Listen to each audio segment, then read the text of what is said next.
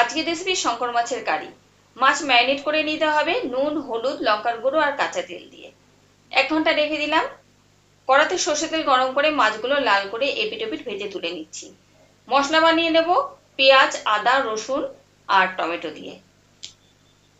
মাছ ভেজে নেওয়া তেলের মধ্যে জিরে, গরম মশলা আর তেজপাতা সব বাটা দিয়ে দিলাম। বেটে নেওয়া মশলা দিয়ে ভালো করে কষিয়ে নেব। কষা হয়ে গেলে এর মধ্যে রুটি মশলা দিয়ে দিলাম, লঙ্কার গুঁড়ো, হলুদ গুঁড়ো, জিরে গুঁড়ো, ধনের গুঁড়ো আর কাশ্মীরি লঙ্কার গুঁড়ো আর পরিমাণ মতো নুন। মশলা কষে গেলে উপর থেকে দিয়ে দিলাম শঙ্কর মাছ। ভালো করে নেড়ে চেড়ে কষিয়ে নিতে হবে, মাঝে মাঝে ঢাকা দিতে হবে, ঢাকা তুলে আবার নেড়ে নেড়ে ভালো করে কষিয়ে নিতে হবে। এর উপর থেকে দিয়ে দিলাম গরম জল আর ফুটে উঠলে গরম মশলা দিয়ে চাপা দিয়ে দেবো। রেডি হয়ে গেছে শঙ্কর মাছের কারি। এটা কিন্তু গরম ভাতে বেশ ভালো লাগবে। আজকের রেসিপি ভালো লাগলে লাইক করে দিও।